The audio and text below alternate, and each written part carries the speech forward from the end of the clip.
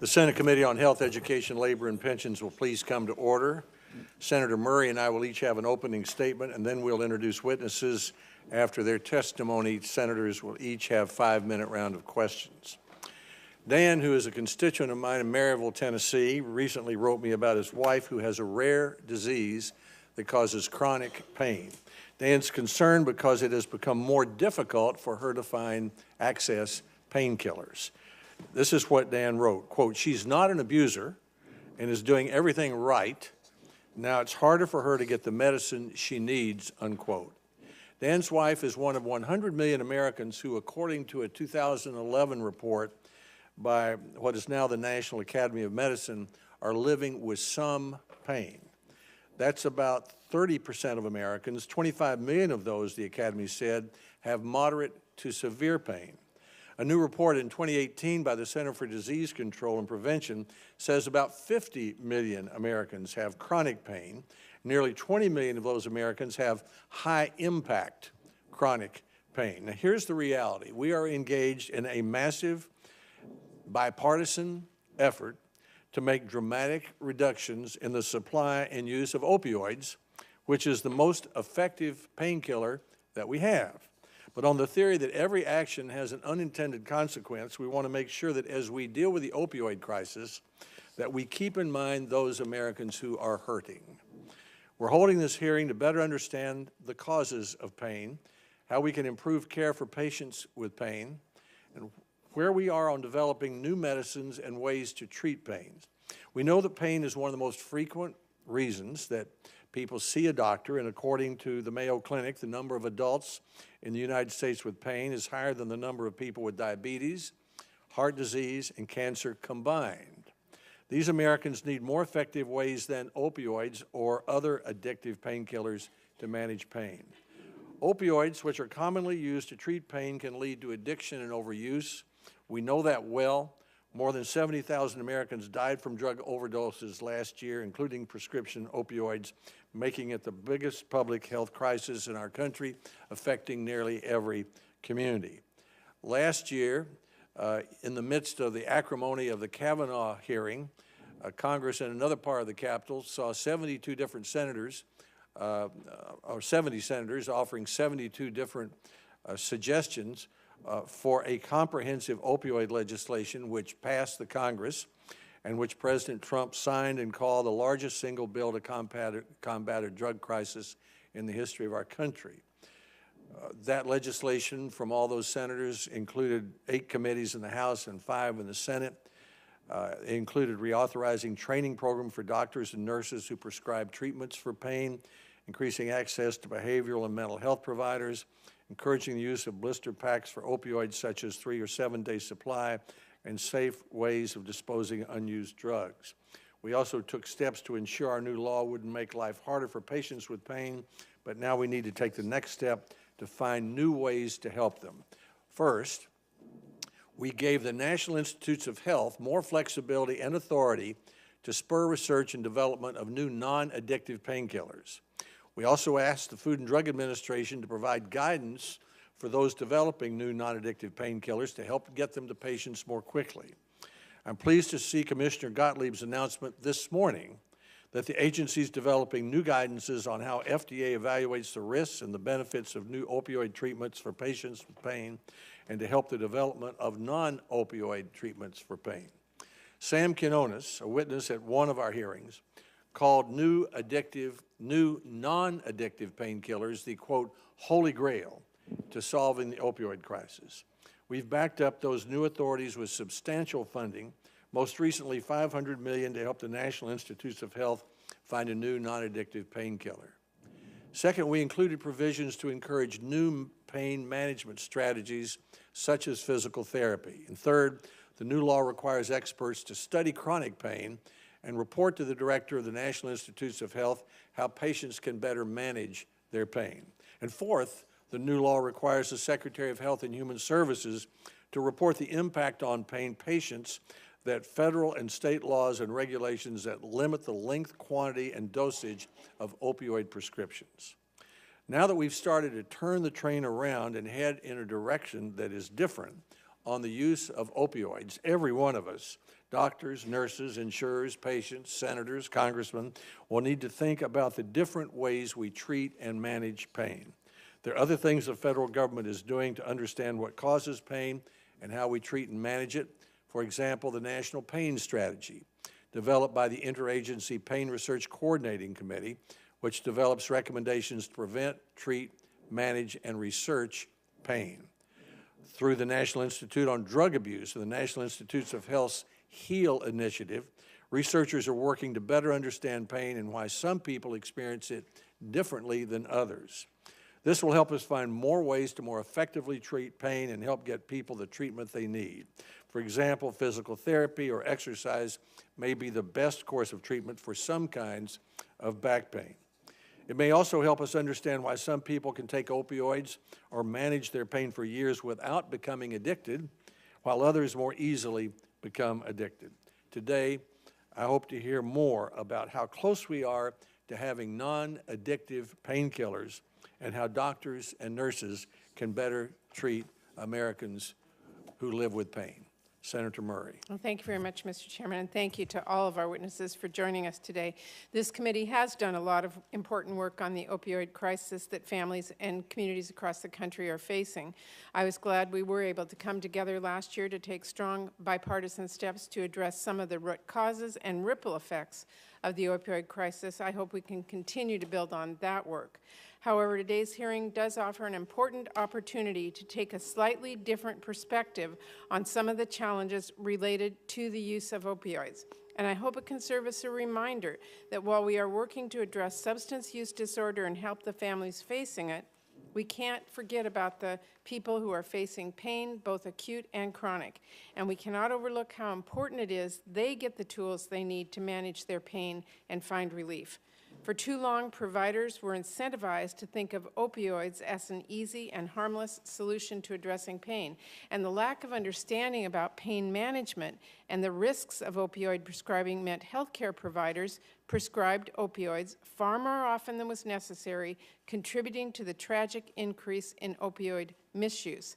But that doesn't mean the solution to the opioid crisis is for providers to stop finding ways to help their patients manage pain. We have to find responsible, comprehensive solutions for pain management that ensures opioids are marketed, prescribed, and used responsibly, but at the same time are within reach for people dealing with chronic pain. It's important to remember that for many people who are elderly, people who have been seriously injured, people with chronic health conditions or undergoing aggressive health treatments, and people who have a disability. Pain seriously impacts their day-to-day lives. 50 million people nationwide suffer from pain that persists for weeks or even years. For almost 20 million people, this pain can interfere with their work and daily life activities. Pain management is an absolutely critical quality of life issue for these people and their families. Acute and chronic pain can make it harder to keep a job and earn a paycheck. Even when treated, pain can make it difficult to travel to and from work and sit at a desk for long stretches of time. And pain doesn't just affect a person's livelihood, it affects every aspect of their life. Without pain management, patients may not be able to tackle the tasks they need to live independently, like getting dressed or driving a car or doing laundry. They may not be able to spend quality time with their loved ones, as their pain can make it hard to enjoy a meal with friends or family, or attend a grandkid's soccer game, or even leave the house. Without the right pain management tools, some patients struggle to get a decent night's sleep. For people living with pain, the ability to get treatments that help them manage it can impact their entire life, and I'm very interested to hear from one of our witnesses today to offer her firsthand perspective on this. We appreciate your being here. It is so important we listen to patients about their health care needs, whether that is finding ways to address that person's pain or recognizing when asking for painkillers is a result of an addiction, which requires an entirely different form of treatment. Of course, another part of what makes this issue so challenging is that no two people experience pain the same way. Where pain is felt, how severe it is, how long it lasts, and how much it impacts their life can vary widely from person to person. Pain is not a one-size-fits-all, and the tools we use to manage it cannot be either. We need to do more to make sure everyone facing pain is able to get treatment that works for them. This means ensuring research is done to better understand the biological basis of pain and the factors that determine what might work best for a patient. It means training providers to recognize pain symptoms, to truly listen to their patients' needs, and to consider lower risk, less invasive options before turning to more extreme measures. And it means making sure insurers' policies support access to these options rather than incentivizing providers to simply write a prescription for an opioid without taking the time to understand what might work best for that patient. And for some with severe pain, it may mean responsible opioid prescribing, but for many others, there are options that will work better and have lower risks of addiction. From other types of drugs that might fit better their needs, to services like physical therapy, to treatments that help address the psychosocial dynamics of pain, like cognitive behavioral therapy, to support for modifying their lifestyles in ways that might help manage their pain, like through exercise. And it means addressing threats to their health care, like the blatantly partisan legal threat from the Republican lawsuit that could strike down protections for people with pre-existing conditions, including people affected by pain. During our hearing today, I'm interested to see what insight our witnesses have to offer about these very complex problems and what steps we can take to help people get the support they need to manage their pain.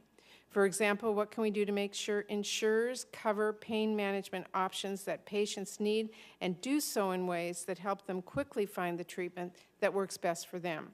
How can we tackle the workforce shortage and make sure people in pain are able to find a care provider that can serve them close to their home? What can we do to address health disparities when it comes to pain treatment? And how can we make sure employers understand their obligations to accommodate employees struggling with chronic pain under the Americans with Disabilities Act and help them learn how best to support those employees? As we continue our efforts to respond to this opioid crisis and build on the strong bipartisan steps we took last year, I'm really glad that we have this opportunity to take a look at another very important angle of this challenge. So thank you, Mr. Chairman. Thank you, Senator Murray, and thanks to you and to your staff for working to create this bipartisan hearing, which is an important follow-up to our work on the opioids bill last year. Each witness will have up to 5 minutes for his or her testimony. We welcome each of you and thank you for coming. Our first witness is Cindy Steinberg. She's the National Director of Policy and Advocacy at the U.S. Pain Foundation and Chair of the Policy Council of the Massachusetts Pain Initiative. She was appointed in May 2018 by the Secretary of the Department of Health and Human Services to serve on the Pain Management Best Practices Interagency Task Force, and she previously served on the Interagency Pain Research Coordinating Committee of the National Institutes of Health. Senator Smith, would you like to introduce the next witness? Thank you, Chair Alexander. I am really honored today to introduce Dr. Gazelka from my home state of Minnesota. Dr. Gazelka's work represents the healthcare innovation that is happening in Minnesota and at Mayo Clinic. Dr. Gazelka is the Director of Inpatient Pain Services in the Division of Pain Medicine at Mayo Clinic in Rochester. And she is also an assistant professor of anesthesiology at the Mayo Clinic College of Medicine.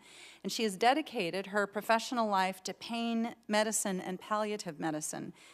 Dr. Gazelka has worked extensively in opioid management as well as acute and chronic pain management. And most recently, she was appointed by HHH Secretary Alex Azar to serve on the Pain Management Best Practices Interagency Task Force, a mouthful and very important work. Dr. Gazelka attended the University of Minnesota Medical School and completed her residency and fellowships at Mayo Clinic College of Medicine. And I think that her professional experience makes her perfectly suited to testify before us today on pain management with this opioid crisis in front of us. And I know that we're all going to benefit from your expertise. So thank you so much, Dr. Gazelka, and thank you for taking time away from your practice and your patients to be with us today. Thanks, Senator Smith. Dr. Andrew Koop is the next witness, Professor and Associate Dean for Academic Affairs at the University of Maryland School of Pharmacy. He's currently researching a new opioid analgesic that may have less potential for abuse and diversion. And finally, Senator Burr, would you introduce our remaining witness? Mr. Chairman, thank you for holding this very important hearing. I welcome all our witnesses today. And I have the great pleasure, Mr. Chairman, for the opportunity to introduce Dr. Anu Rao Patel from Durham, North Carolina. In her current role as lead medical director at Blue Cross Blue Shield of North Carolina, Dr. Rao Patel is responsible for making coverage decisions for health care services and prescription drugs for a number of health benefit plans offered by North Carolina Blue Cross. She's also spent much of her career treating patients with chronic and painful conditions, such as lower back pain and migraine headaches. Dr. Rao Patel is board certified in physical medicine and rehabilitation, active member of the American Academy of Physical Medicine and Rehabilitation and the American Medical Association. Before moving to North Carolina, Dr. Rao Patel received her medical training and medical degree from Louisiana State University. She completed her internship in internal medicine at Earl K. Long Hospital in Baton Rouge and residency training in physical medicine and rehabilitation at Sinai Hospital, University of Maryland in Baltimore. I was overly impressed with her background until I found out that her attending physician in her internship was Dr. Cassidy. You thought better then, huh? I do know that she had a hard-charging attending as she went through that internship. Dr. Rao Patel, thank you for all the important work you do on behalf of North Carolina. I look forward to hearing your testimony before the committee today on how we approach pain management in North Carolina during a very devastating time of opioid crisis in this country. Dr. Cassidy, do you have any comment on your former resident? It's so gratifying to see someone who's a former student do so well. And so I'm incredibly proud that you're here. So I'll just limit it at that. Thank you, Senator Cassidy and Senator Burr. Now, why don't we begin with Ms. Steinberg, and if each of you would summarize your remarks in about 5 minutes, we'll go right down the line. Ms. Steinberg, welcome. Thank you. Thank you for your introduction, and thanks for holding this hearing on a really important issue in pain management. It's a conversation that's long overdue. My life changed in an instant more than 2 decades ago when I was crushed in a serious accident that left me with severe back pain that has never gone away. On an otherwise typical day at my job as a manager at a technology company, I opened my file drawer, and unbeknownst to me, moving men had stacked cubicle walls against it. The cabinet and all the walls fell on me, crushing me and causing extensive damage to my back and spine. I was suddenly plunged into a search for relief from an unrelenting, gnawing, burning band of hot coals across my mid-back and the crushing pressure of clenched muscle spasms. Chronic pain is very different from acute pain. It is relentless. It never ends. I often say it feels like you are a prisoner in your own body, only you're a prisoner being tortured 24/7, and there's no escape. After a discouraging, difficult, and at times demeaning 5-year journey of searching for help while trying to hold on to the career that I loved, I finally found a doctor who helped me. Even so, the pain eventually forced me to give up my career. Out of my sense of loss and isolation, I decided to start a support group for others living with chronic pain. I was shocked at how many people started showing up for monthly meetings, all ages, men and women, all backgrounds. 18 years later, I am still running that group, and more than 400 people have come to this group in a suburb of Boston. I learned that my story is everyone's story with pain in America. Though the causes of pain vary, each of us has had the same experience of struggling to find adequate care. Everyone had to see 4 or 5 practitioners and gone through years of discouraging and expensive trial and error treatments before they could find help. The scope of chronic pain is enormous. The number of Americans impacted by pain and the human suffering involved and the cost of the healthcare system and society is staggering. You've said some of these things yourself. 50 million Americans live with chronic pain. 20 million have high-impact chronic pain, which is pain that affects their ability to work, live, socialize on a daily basis. Pain is the #1 reason why Americans access the healthcare system. It is the leading cause of disability in the United States. Pain costs our economy $600 billion a year in lost productivity and direct medical costs. Despite the impact of pain, we've failed as a country to effectively address it. We've underinvested in pain research relative to its burden. Less than 2% of the NIH's annual budget has gone to pain research. We still do not understand the basic neurobiological mechanism of pain in the human body. Medical students receive an average of 9 hours of pain management training in 4 years. Veterinarians get 87 hours. Your pet is getting better pain management often than people do. And less than 1% of physicians are specialized in pain management. In the midst of the opioid crisis, there has never been a more important time for policymakers to improve pain management. Some well-intentioned measures to contain the crisis have resulted in unintended consequences for chronic pain patients.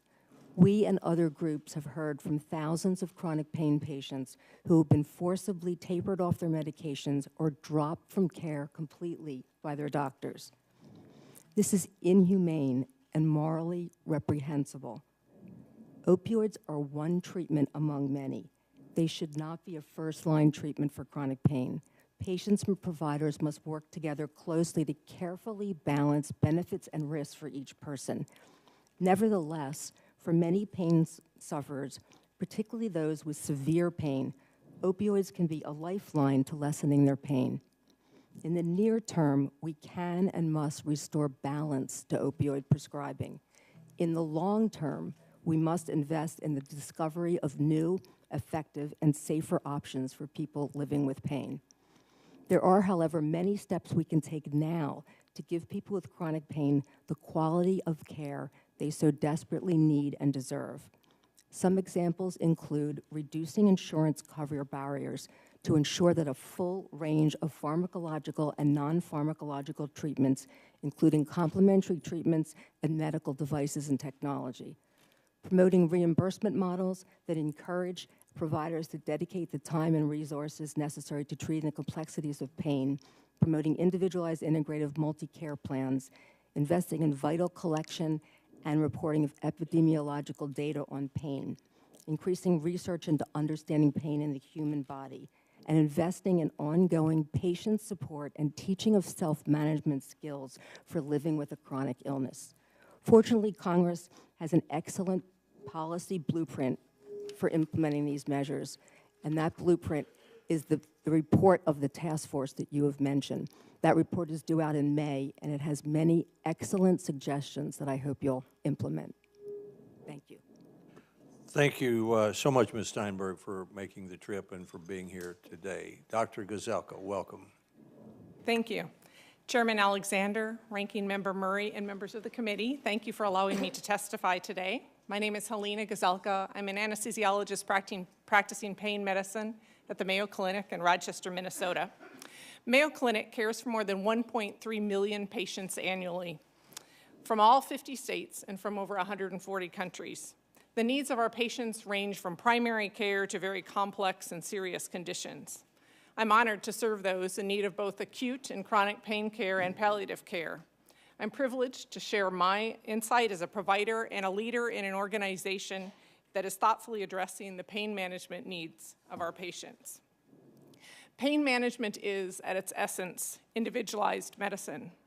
No patient is the same as another, and therefore each condition, treatment, and surgery has a unique impact with relation to pain. To ensure that patients receive appropriate pain treatment, Mayo Clinic created the Opioid Stewardship Program in 2016, which I chair. Through these efforts, we've realized a dramatic reduction in the amount of opioids provided to our patients. Our program evaluated surgical specialties, and we surveyed thousands of patients to develop internal prescribing guidelines. But they're not a replacement for clinical judgment.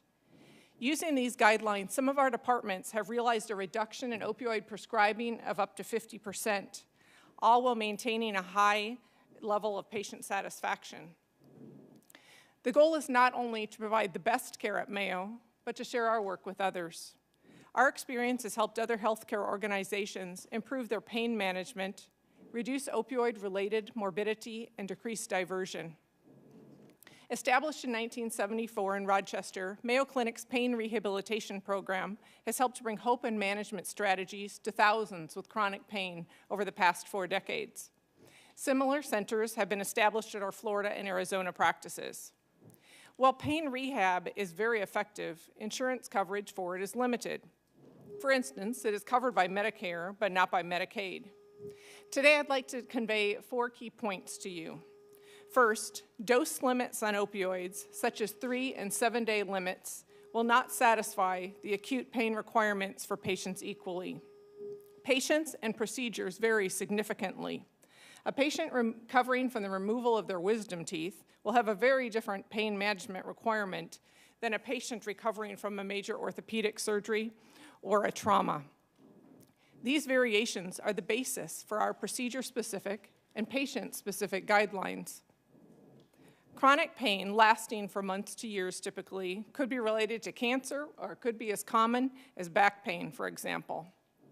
As the condition and the needs evolve, physicians should utilize evidence-based interventions, medical therapy, and restorative therapies to ensure proper management.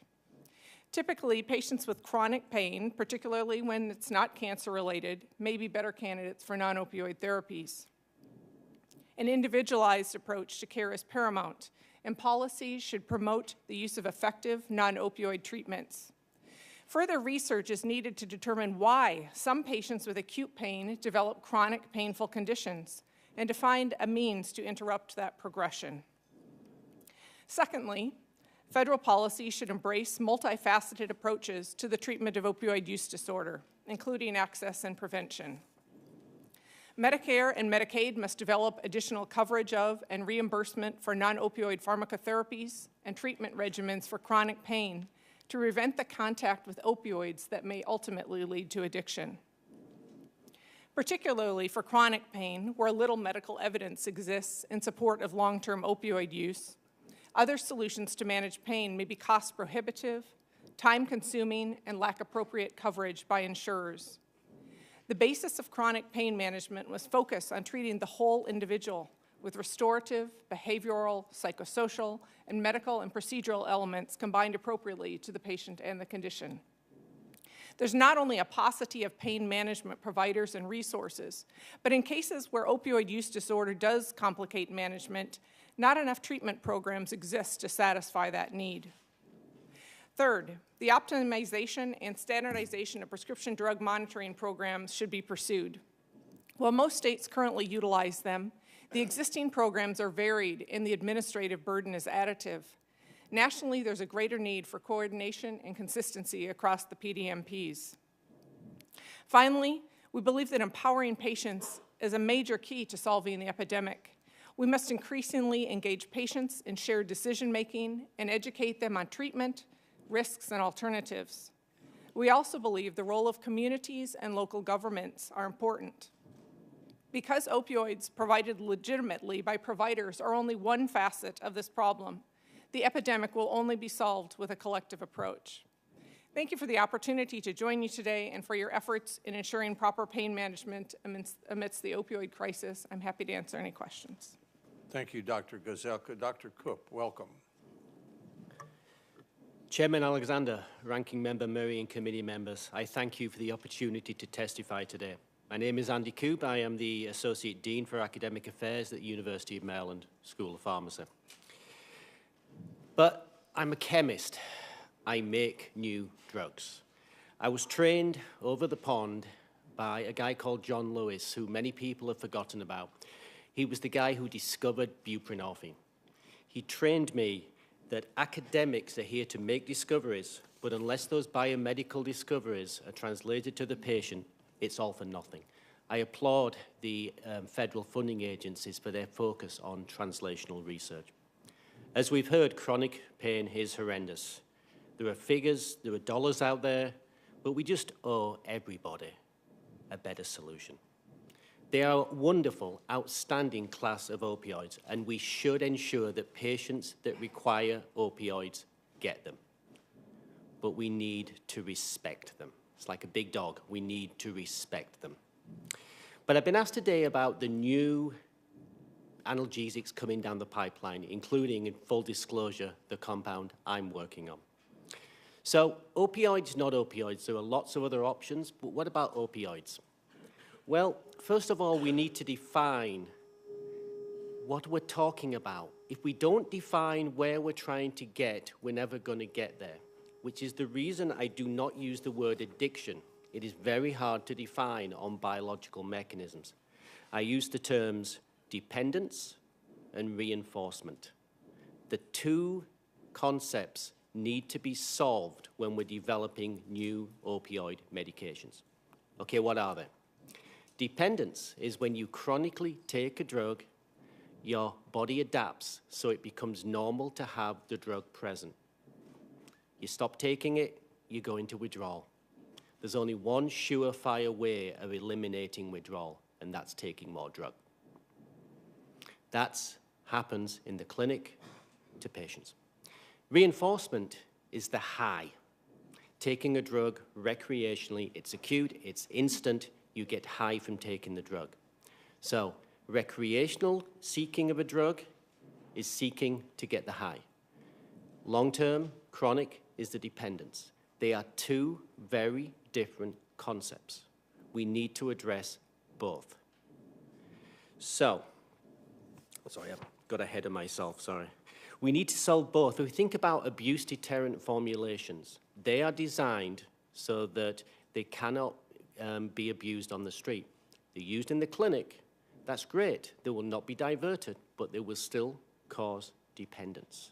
So discontinuation would still cause withdrawal.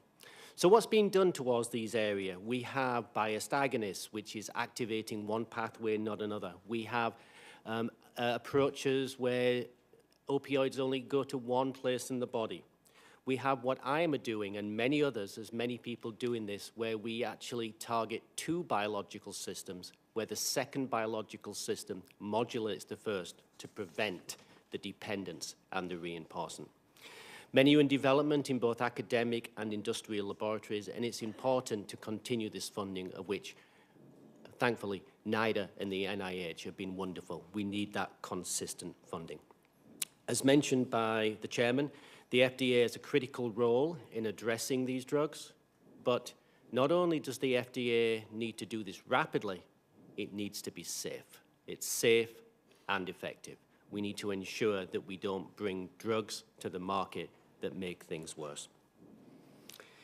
Non-opioid medications, we have gone through some of these, some that weren't mentioned. OTC, ibuprofen often works very well for many patients, and we need to remember that. We have local anesthetics, we have channel blockers, we have capsaicins, the non-pharmacological treatments. And yes, we need to do further research, and yes, it's controversial, but we really should look at the potential of cannabinoids. The studies are not out there. If we don't have the studies, we cannot make the decision on the potential of cannabinoids. In my last 2 minutes, I just want to talk quickly about my profession of pharmacy, my adopted profession of pharmacy. Pharmacists pretty much often get ignored in this crisis. They are accessible, they are trained, they are doctors. They are able to help with counseling patients on the appropriate medications to use. And one major impact that the federal government could make is to expand the prescribing of buprenorphine for medication-assisted treatment to include pharmacists. This is called getting a data waiver, so that the pharmacists, under a collaboration, could prescribe buprenorphine and provide the buprenorphine in a very accessible pharmacy. Thank you. Thank you, Dr. Coop. Dr. Rao Patel, welcome. Thank you. Good morning. Thank you, Chairman Alexander, Ranking Member Murray, the distinguished members of the committee, their staff, for providing me the opportunity today to talk about the management of pain during the opioid crisis. I apologize. My name is Anu Rao Patel. I'm a lead medical director at Blue Cross Blue Shield of North Carolina. My background is in physical medicine and rehabilitation, and prior to joining Blue Cross 4 years ago, I was in private practice doing chronic pain management and some management of addiction. I continue to remain clinically active. I see patients regularly in addition to my primary role at Blue Cross. I hope to provide unique perspective today to the committee based on my clinical training and practice as a board-certified physiatrist, my firsthand management of chronic pain, as well as my perspective as a medical director at Blue Cross North Carolina. I've also submitted written testimony which further expands on my comments. At Blue Cross North Carolina, we serve close to 4 million customers. We're in every zip code of all 100 counties. The Blue Cross North Carolina PPO network of healthcare providers includes 96% of medical doctors and 99% of general acute care hospitals. Blue Cross North Carolina is accredited by the National Committee for Quality Assurance. We're all aware of the scope of the issues with the opioid crisis, both the human and the financial toll that it's having. In North Carolina alone, Attorney General Josh Stein stated that in 2018, 4 people died every day from an overdose, and that between 2017 and 2018, the number of fatal overdoses in North Carolina increased by 33%, and that is even with efforts to reduce overdose deaths by distributing naloxone to reverse narcotic effects. Blue Cross and Blue Shield companies are strongly committed in doing our part to combat the epidemic of opioid use disorder while ensuring patients living with chronic pain get access to appropriate evidence-based treatments. As evidence of this unified commitment, I'm listing several examples of things that we cover. We provide coverage for non-opioid pharmacologic alternatives for pain management, including nonsteroidal anti-inflammatories, antidepressants, anticonvulsants, topical analgesics, alpha-2 agonists, and others. We provide coverage for non-pharmacologic alternatives for pain, including physical therapy, occupational therapy, aquatic therapy, chiropractic care, trigger point injections, biofeedback, steroid joint injections, interventional pain procedures, including facet blocks, medial branch blocks, epidural steroid injections, spinal cord stimulators.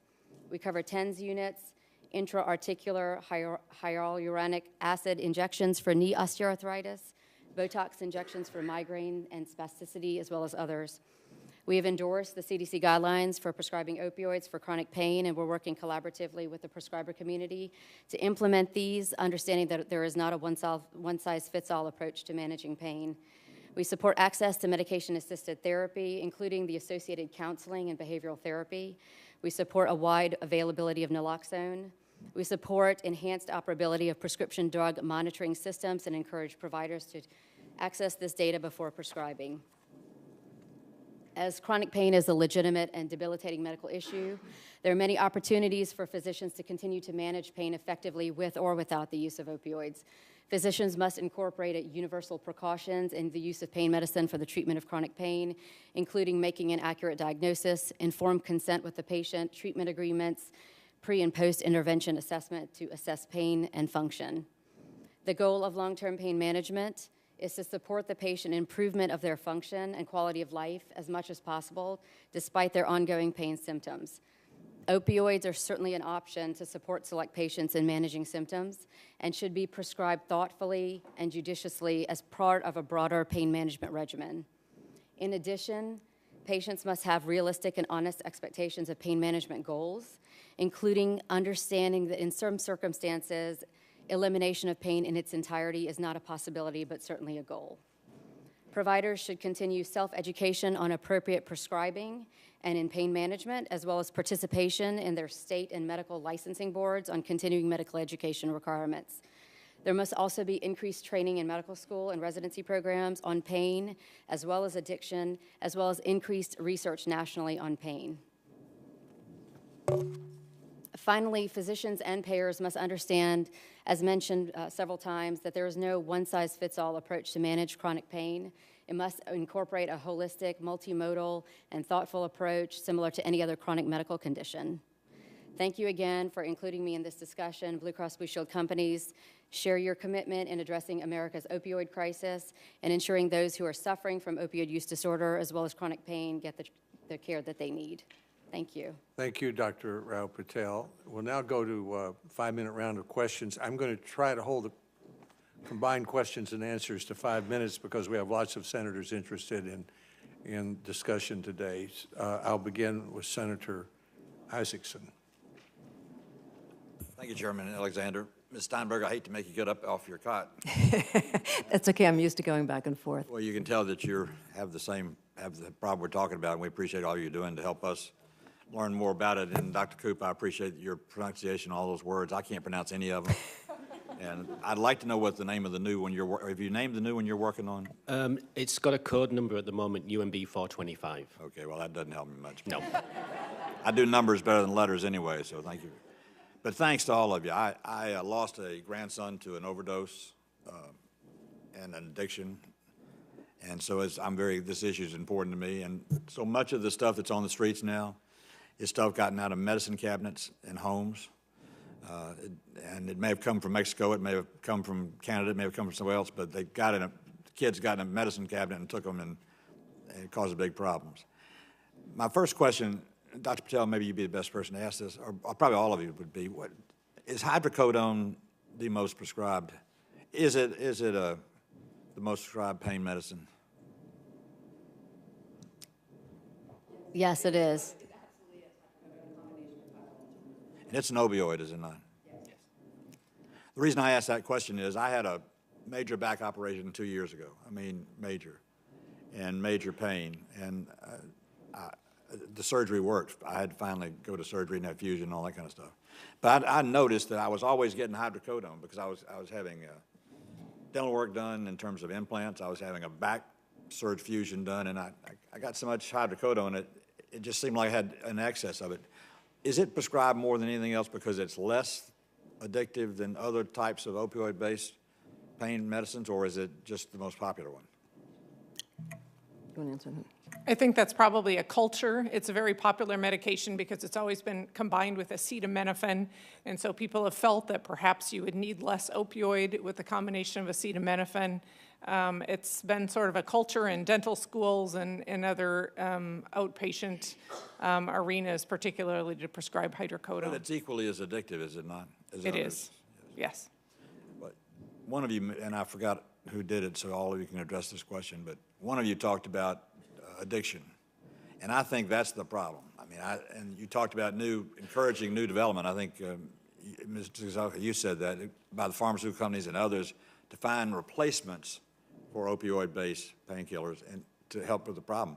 I think that's exactly it. I mean, I think that if we could take all the hydrocodone that's prescribed in America and substitute some new development for it that doesn't use opioids as a base, we'd solve a lot of our problems on addiction, I think. Do you know how many the pharmaceutical companies are actually working on something like that? And it may be what Dr. Coop's working on, I don't know, but is there a lot of work being focused on trying to find a replacement for that? I have a list actually here of about 12 different laboratories currently working towards new opioids. But that's just on the opioid space. They're also working on the non-opioid space. Yeah, the replacement. A non-opioid replacement that doesn't work through opioid mechanisms. I think that's the most important thing. I'm convinced opioids, and I'm not a physician, I'm expert in having pain, but I think that I think the opioid's the problem, and I think the addiction's the problem. If we can find a way to cure addiction or at least reduce dependence and addiction, we'll be a whole lot better off. And I think that's what you said. If I could just make a comment, I think so much of the legislation and a lot of has been concentrated on treating current addiction, which is obviously incredibly important. We have a country full of people who have substance use disorders. But I think that what you touched on is really important, the prevention of future addiction. Preventing contact with pain medications that teenagers are finding in their parents' medicine cabinet or that they're coming in contact with when they have their wisdom teeth removed in high school. And I think that's really going to be essential for future generations. Well, I appreciate it. I think so too. And having 3 children and having 9 grandchildren, I see what we get in our medicine cabinet at home for them. And it's important that be managed as well as possible to keep kids from getting something and getting addicted to it without us even knowing it. And my grandson, whom I lost, he's a step-grandson, was not with me all his life, but was with me a lot of his life. He was addicted before anybody in the family knew what he was getting or where he was getting it, but it was a medicine cabinet that got him started and peer pressure that kept him on it and dependence that caused the problem. So I appreciate what you said, what all of you said. I appreciate what you're working on, and God bless all of you for doing it. Well, I'm terribly sorry for your loss, sir. We do know that 80% of people who eventually develop heroin use disorders and other substance use disorders start with a legitimate prescription that someone received, not necessarily themselves. I'm sorry. And Senator Isaacson, I totally support your emphasis on research. As I mentioned, the HEAL initiative is a great start, but we've underinvested in research for the number one reason why people go to the doctor. Less than 2% of NIH's budget was dedicated towards pain. We still don't understand the basic mechanism of pain in the body. So we really need an investment in research commensurate with the burden of pain. And I think we're going in the right direction, but we have to keep going there. Thank you, Mr. Chairman. Thank you, Senator Isaacson. Senator Murray. Yes, thank you very much to all of the panel. Really appreciate it. You know, throughout this committee's bipartisan work on the opioid misuse crisis, I have heard from people who supported our legislative efforts, and we're very grateful. But I also heard from some people with disabilities who experienced pain and feared that restricting access to treatment could affect independent living merely because they were unable to manage their pain. So, Dr. Gazelka, maybe you can take this on. Have we struck the right balance in our work to reduce misuse, but also making sure that treatments are available, which can be really vital for people with disabilities? It's a very good question, and I worry that we've gotten ahead of ourselves with wanting to restrict opioids. A lot of people are now, a lot of providers are now scared to provide opioids to patients they've been prescribing them to for many years. But that doesn't necessarily mean that those patients have come in contact with a pain provider who can help them manage their pain, but with other means. Most opioids in the United States that are prescribed chronically are prescribed by primary care providers, many of them who don't have any education in managing chronic pain. They don't have time to go into the detail that it takes to talk to patients about other options. They don't have access to pain providers. And I think in some ways, we've done what needed to be done, which is to drastically reduce opioid prescribing, I think. But I worry that we're getting ahead of ourselves with having available other options. Okay, thank you. I know people experience pain in a lot of different ways, but one other thing I'm really concerned about is how bias in the healthcare system can affect a patient's treatment for pain. Despite the fact that women experience pain at higher rates than men, they are more likely than men to receive sedatives or be diagnosed with a mental health condition when they seek treatment for pain. And when it comes to cardiac care, women are less likely to have their heart attack symptoms recognized or to receive painkillers after a cardiac surgery. And it's just, you know, when patients aren't listened to, the results can be debilitating, even fatal. So Dr. Gazelka, maybe I can ask you, have you seen female patients being treated differently than male patients? I have a patient who has not only given me permission to share her story, but has encouraged me to do so. 60-year-old lady in 2017 went to her local provider in a small town in Minnesota with abdominal pain. She'd been very active running before this.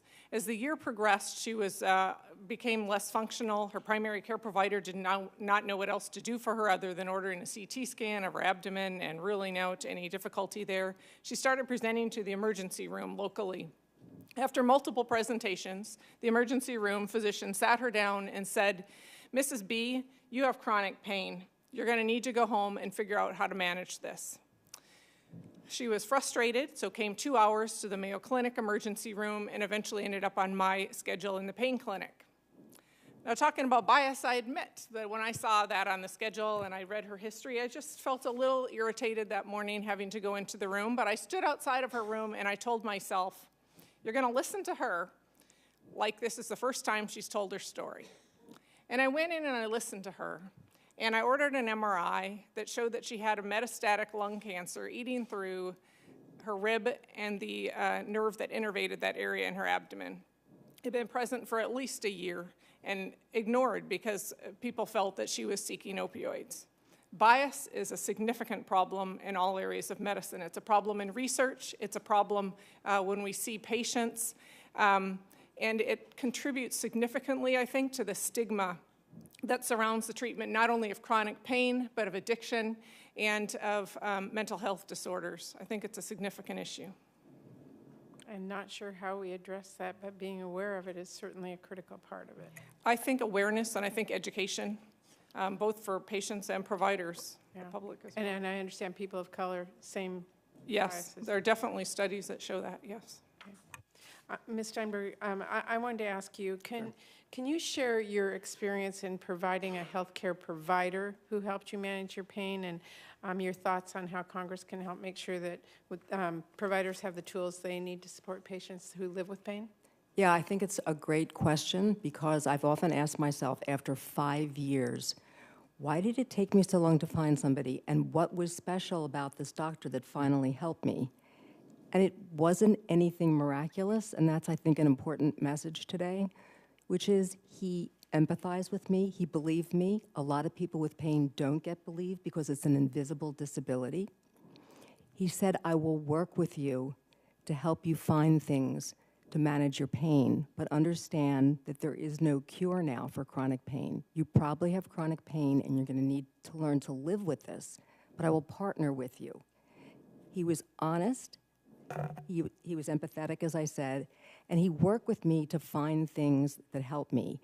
We often say in pain management now, if you do a program of several different things, and what I do is I take medication, I limit the amount of time I'm up. Everybody has different limitations on their activities with pain. I do a water-based therapy, physical therapy program, and a land-based program.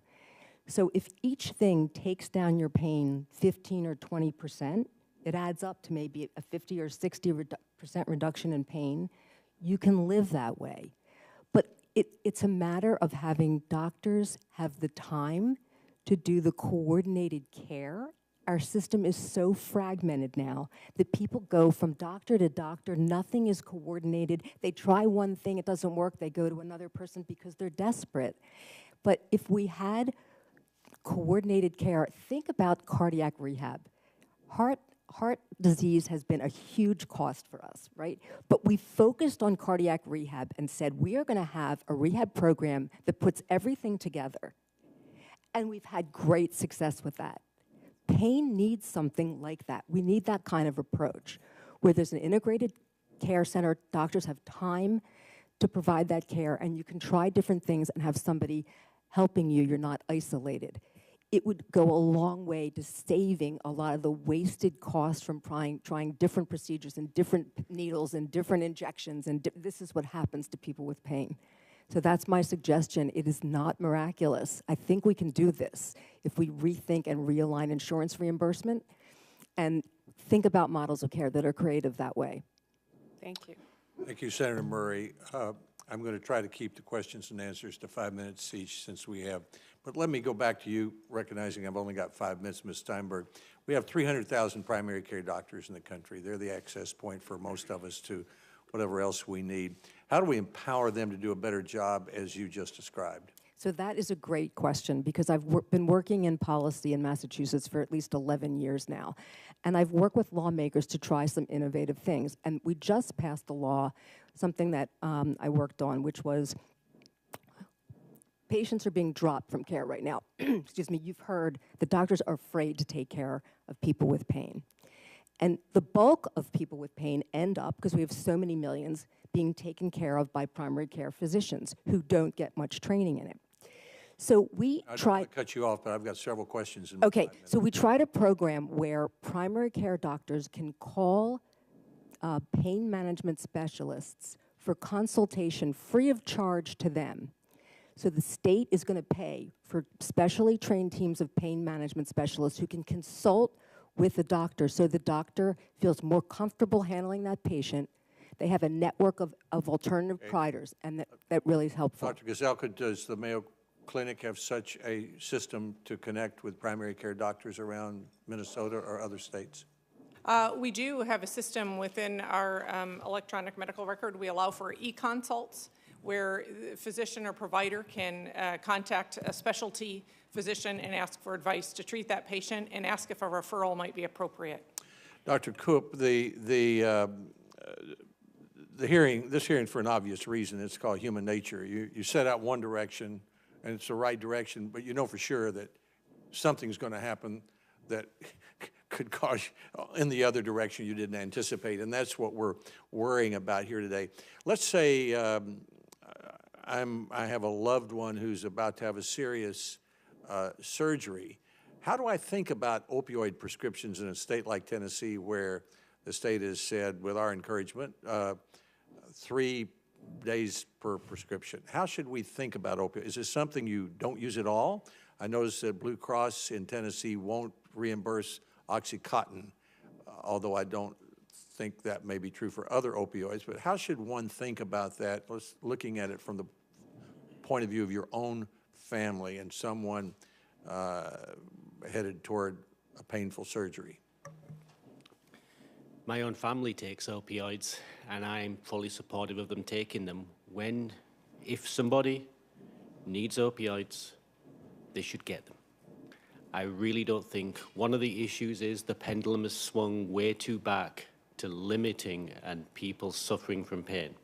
We need to get to the middle ground where opioids are used in limited quantities, but we also add all the other approaches that we've had. What is a limited quantity? 3 days or 3 weeks? I'm not a physician. I can't answer that. I'm sorry. Dr. Gazelka, what's a limited quantity? That varies by the patient and the procedure. Well, what would a range be? Between, I think 3 days is very reasonable for emergency room presentations. That's what we've instituted at Mayo and actually throughout the state of Minnesota with other healthcare organizations cooperating. But I think for a knee surgery, we know from research that it's about 16 days of opioid that a patient takes. What is appropriate is to educate the patient and perhaps with the participation of a pharmacist, educate the patient that you should take this for the shortest amount of time possible. The risk for maintaining long-term opioid use increases dramatically at about 10 days of use. Dr. Koop, I have about a minute left.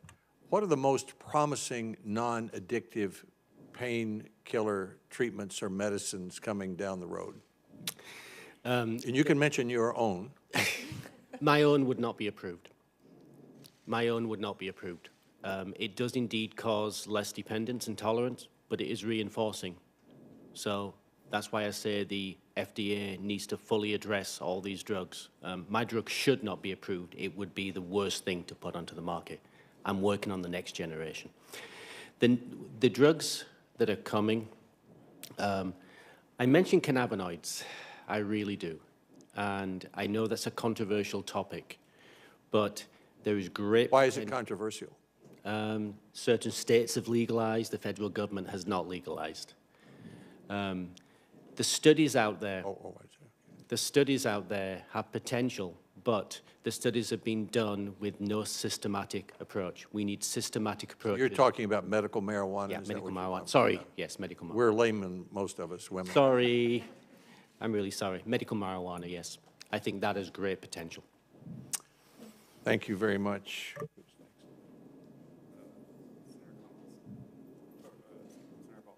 Senator Baldwin. Thank you, Mr. Chairman. As our witnesses have all noted, pain is a complex issue. It's especially true for patients who are struggling with serious conditions such as cancer, who often need palliative care services to manage painful symptoms from treatment. My home state of Wisconsin has embraced palliative care as a critical component that focuses on patients' needs, explains the treatment options, and gives patients and their families a real voice in their care. Many who need palliative services can ultimately recover and continue to live meaningful lives. I've had the honor of working with my colleague, Senator Capito, on bipartisan legislation, the Palliative Care and Hospice Education Act, which would help grow and sustain the palliative and hospice workforce to help fill the needs and wishes of patients and their families.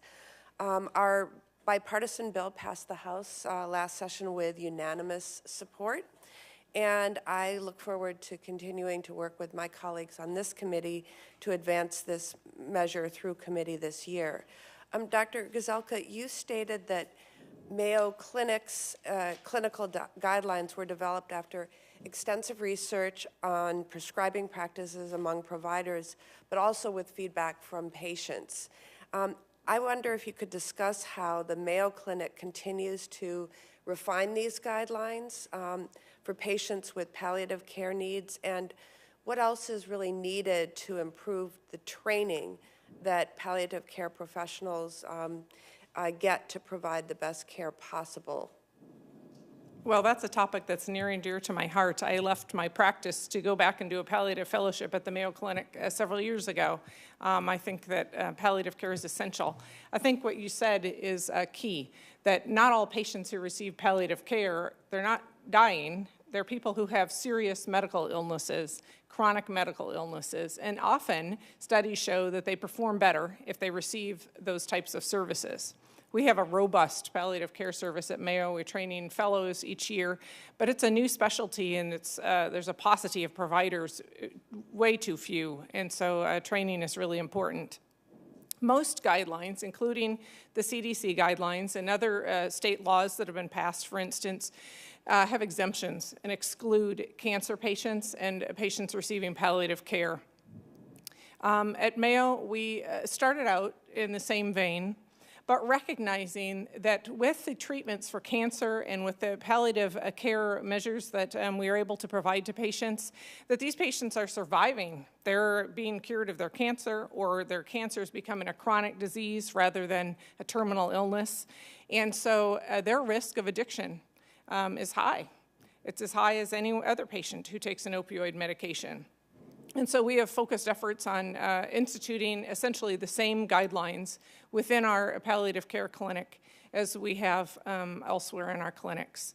Appropriate opioid use, because there are many, opioids, we call it a stewardship program for a reason. They're vital, important. They're the best painkillers around. They've been around for thousands of years and probably will continue. Very important. But we need to be good stewards of them and teach our patients to be good stewards as well. I hope I answered your question.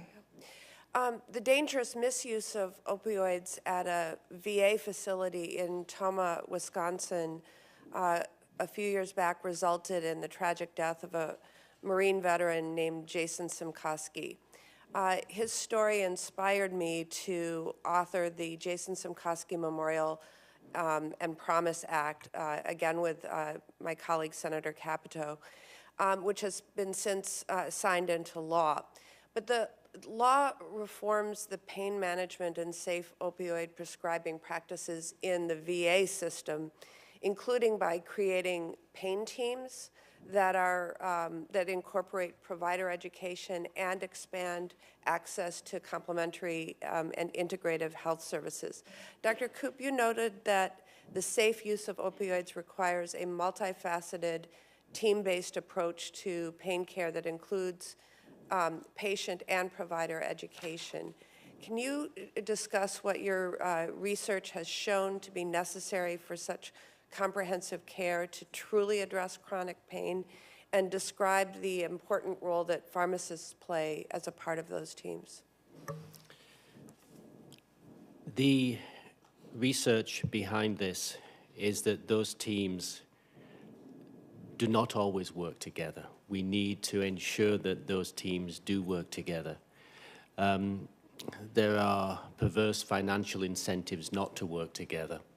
So one of the things that we need to do is to ensure that the financial incentives are there to ensure that the team works together so that we educate people and put the money at the front end, so we're not putting the money at the back end. Thank you. Thank you, Senator Baldwin. Senator Collins. Thank you, Mr. Chairman.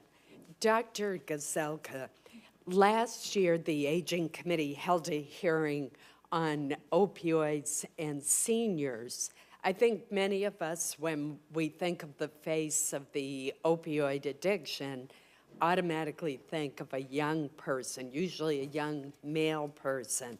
However, what our hearing showed is that this epidemic also affects our older adults. And if you think about it, it's not surprising, since nearly half of older Americans do suffer from chronic pain, and the incidence of chronic pain increases with age. The Centers for Disease Control estimates that the number of people aged 55 or older treated in emergency rooms for opioid overdoses increased by nearly a third from 2016 to 2017. Now, some research suggests, however, that opioids are really not effective in treating chronic long-term pain, except in cancer patients. First, I want to ask if you agree with that finding. For the most part, yes. However, I have found in my own practice and with other pain providers, it's commonly we do use opioids for patients who don't have other options. And many times as patients are aging, they may not have some of the options, such as surgical interventions, procedural interventions, implants, et cetera, that might be available to a younger patient simply because of their medical comorbidities. Ms. Steinberg. Yeah, I do want to address your question because I talked about the doctor that helped me. And when I went to him, I didn't want to take any medication because I'd heard horrible things about pain medication. And he tried me on a lot of other things first, like gabapentin, which is common. It made me so tired I couldn't function. But he convinced me to try hydrocodone, Tylenol combination medication. And I tried that medicine, and it helped me, and I never got high from that medicine.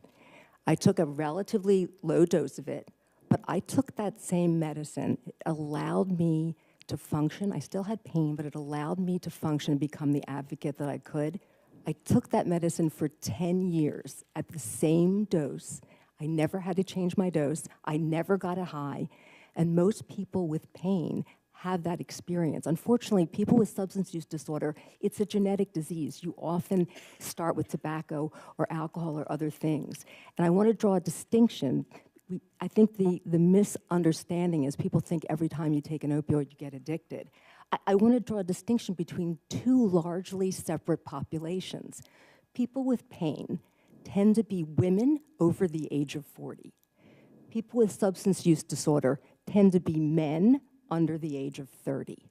We're talking largely about two separate populations, and Nora Vocal herself wrote a prominent article that said that people living with chronic pain, people with pain who take the medication for pain, less than 8% of those become addicted. That means 92% don't. So unfortunately, it's clearly some people do become addicted. I think that you need to make a distinction and understand that for some people, they are helpful and they're the right thing. Right, and I'm not implying that they are not, but there is research that says that for long-term use for chronic pain, for many people, that there are better alternatives to opioids, and that's just the point I was wanting to explore. Dr. Koop, very quickly, because my time is almost done, a substance abuse expert has told me that an individual who is given opioids, who is under age 20, is far more likely to become addicted than someone who is older because of the brain not being fully developed. Is that accurate? That has been widely studied, yes. And if you, for instance, look at when people start experimenting with any drug, it tends to be at that age group. The brain is still developing until your early 20s. So that is why, yes. It's interesting because you think of young people having their wisdom teeth taken out and being given opioids. And I know that many of the dentists in Maine have switched to strong doses of ibuprofen followed by Tylenol and alternating it every 2 hours, and have found that the pain relief is just as effective and safer. And I see two of you nodding your heads. Yes. I think acute pain, particularly in acute pain, is where we've had to cut back and should cut back with opioids. And for dental procedures, it's usually unnecessary, and hopefully they've gotten the message now. Thank you. Thank you, Senator Collins. Senator Hassan. Well, thank you, Mr. Chairman, and thank you, Ranking Member Murray, as well, for holding this hearing. Thank you to all of the witnesses for being here. We really appreciate not only your presence, but your expertise and your commitment. As you know, New Hampshire has been especially hard hit by the opioid epidemic. And we also have many patients who are suffering from chronic pain. So we need to make sure that all of our patients have what they need to access care, including those suffering from pain, as well as people who are suffering from addiction and mental health conditions. But provider shortages in all of those areas is a real issue in my state. For example, Dartmouth-Hitchcock, which is the largest healthcare provider in New Hampshire, has between 750 and 800 open positions at any time. And the state's community mental health centers have more than 175 vacancies for clinical positions. So this first question is to Dr. Koop and Dr. Gazelka. As faculty of pharmacy and medical schools, I'm interested in what you see as the greatest workforce challenges and your views on the role graduate medical education plays in training the next generation of physicians. And the follow-up to that, you can answer both. How could additional residency slots, particularly in fields like pain management, addiction medicine, and addiction psychiatry, improve access to care for patients? So Dr. Gazelka, if you'd like to start, and then Dr. Koop. I think it's probably not a popular thing to talk about, but I think the cost of medical school and the loans that students accumulate during the time that they're in their medical training are cost prohibitive in some cases into going into some of the primary care practices and some of the lesser reimbursed practices, which may be such as, you know, primary care, psychiatry, addiction medicine, et cetera. And I think that's a real problem. I remember at the time that I was in medical school at the University of Minnesota, the dean came and spoke to our class and said, you know, so many of you are planning to go into specialties, you need to go into primary care. We need primary care physicians in Minnesota. But at the same time, the University of Minnesota Medical School was the most expensive state medical school in the United States at that time. And those considerations have to be taken. And so I think finding some way to encourage students to go into specialties that are needed would be important in that regard. Thank you. Dr. Koop? Approaching this specifically from pharmacy, pharmacists, as I mentioned, are often the most underutilized of healthcare professionals. They are the medication experts. Yeah. They are. I teach them all about drugs. They're also taught how to counsel patients, how to appropriately counsel patients with medications. One of the biggest issues we have with patients taking medications is actually taking the medications. Right. Right? If the medication doesn't get to the patient, it's not going to do any good. So, again, part of the financial model, though, is reimbursement for those cognitive services. And it's getting those reimbursement for those cognitive services could bring the pharmacist into that healthcare team, which would expand that access you're talking about. Well, thank you. And that brings me really to my next question, which was about reimbursement, and again to Dr. Gazelka. We know it can be a powerful tool to influence the availability of services as well as providers' behavior, and that the lack of appropriate reimbursement, to Dr. Koop's point, it can create tremendous barriers for patients who need access to a variety of services. Insufficient reimbursement policies in federal programs like Medicaid and Medicare, as well as in private insurance, can sometimes create barriers to access to therapies and services that can reduce opioid use, including chiropractic services, some surgical interventions, acupuncture, behavioral health programs, and multimodal pain strategies. We've taken in Congress some important steps over the last few years, both in CARA and the Support Act, to help address some of these barriers, and certainly Dr. Rao Patel talked about things that Blue Cross Blue Shield is doing to try to eliminate some of those barriers. But Dr. Gazelka, can you give me some specific concrete actions that Congress can take related to reimbursement in order to improve patient access to non-opioid pain management therapies and services? I am an interventional pain physician, and so I do neuromodulation. I implant intrathecal drug delivery systems, spinal cord stimulators, et cetera. In many cases, it is very difficult to get those covered. I find that Medicare is one of the most difficult when I have a patient on Medicare to have access to those therapies. Those therapies are proven in Europe to be extremely useful for chronic angina, for instance, so that patients don't have to pursue further stent placement, et cetera, or use opioids for chronic headaches, but the coverage for them is poor. I also think that I have rarely met a patient who wouldn't benefit from behavioral and psychosocial management. It's vital that we treat those areas for patients, and they're not covered. In the hospital, we'd like to allow patients who are having surgery to have access to non-opioid management. We did a survey recently at the Mayo Clinic showing that 94% of patients would choose something other than opioids acutely after surgery if they could. But we can't provide acupuncture, we can't provide massage, we can't provide extensive physical therapy at sometimes and restorative therapies for those patients. Thank you, and thank you, Mr. Chair, for your indulgence. Thank you, Senator Hassan. Professor Cassidy. Thank you. First, Ms. Steinberg, you're sitting back there, but I remember, and this will set up my next question, I remember having, when I was first year in Congress, having a slip disc in my neck with a radiating pain down my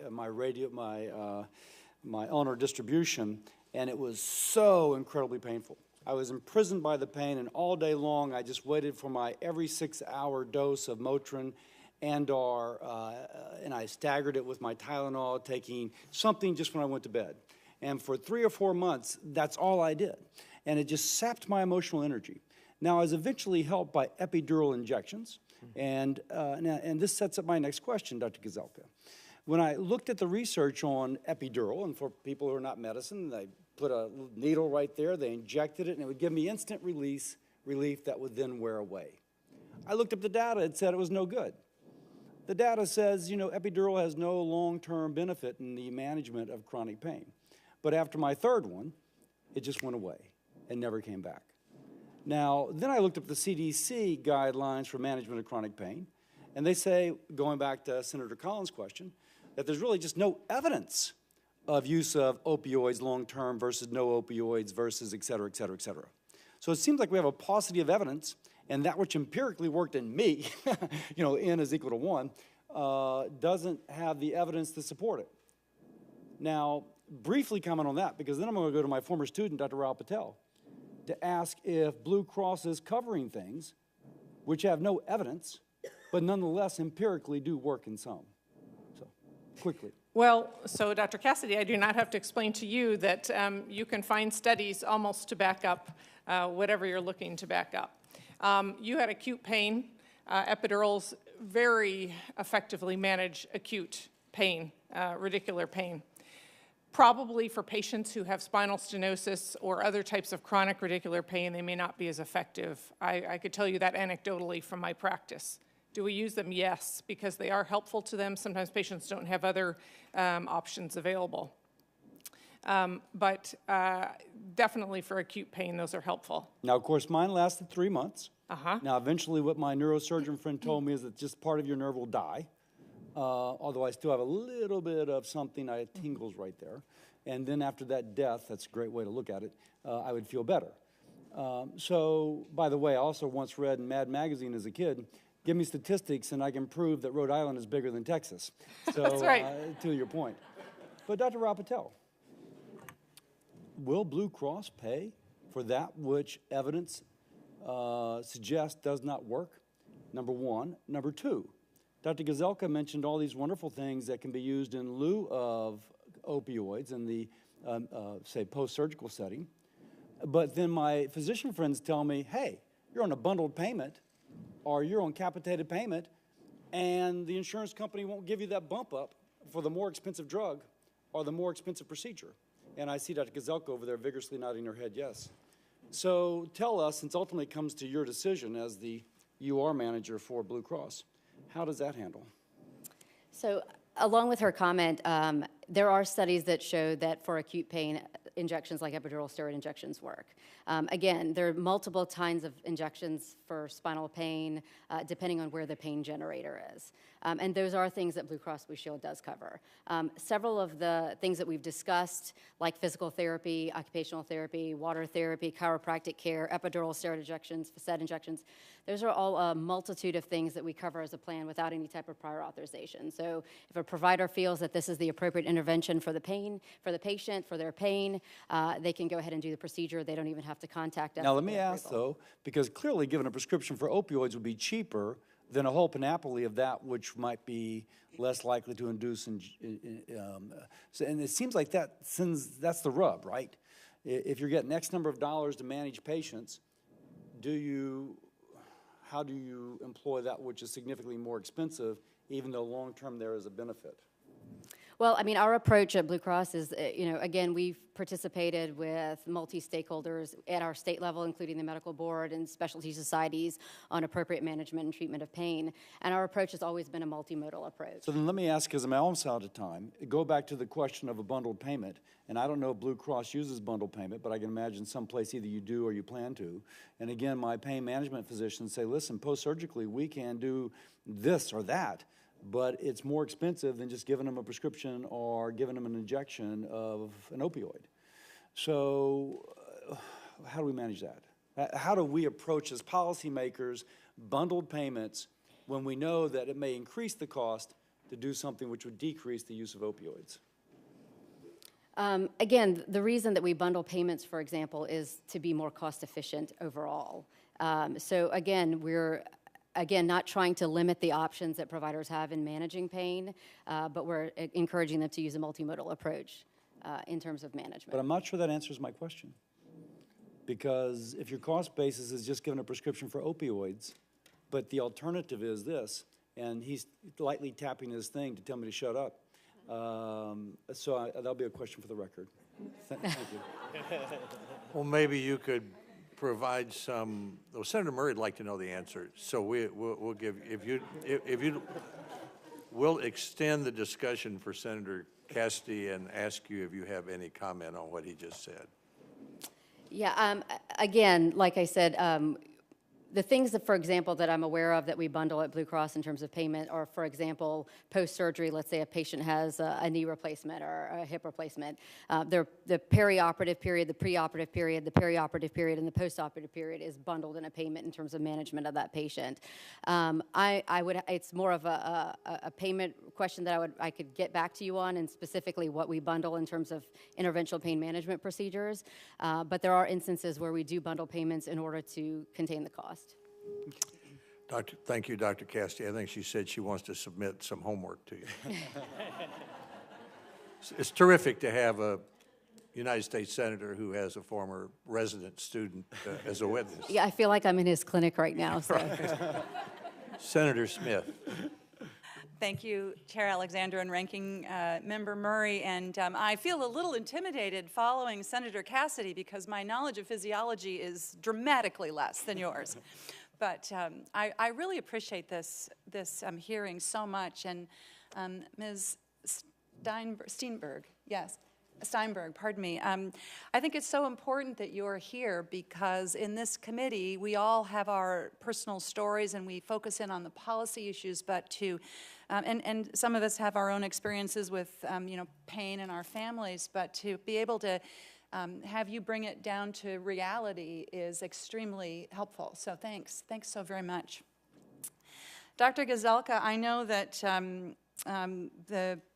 when I meet with healthcare professionals and families all across Minnesota, what I hear over and over and over again is the need for a coordinated approach to health problems that are complicated and can't just be resolved in one way, with one provider. And this is especially when you think about all the related issues that relate to whatever that one primary diagnosis is, and this is particularly true for pain management. And we know that chronic pain is associated with all sorts of issues like frustration and stress and depression, isolation.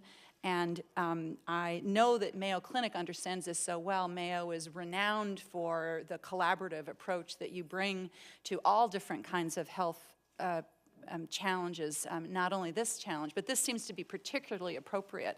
So I'm wondering if you could just talk a little bit about the connection between pain management and mental health disorders and the tools that you see.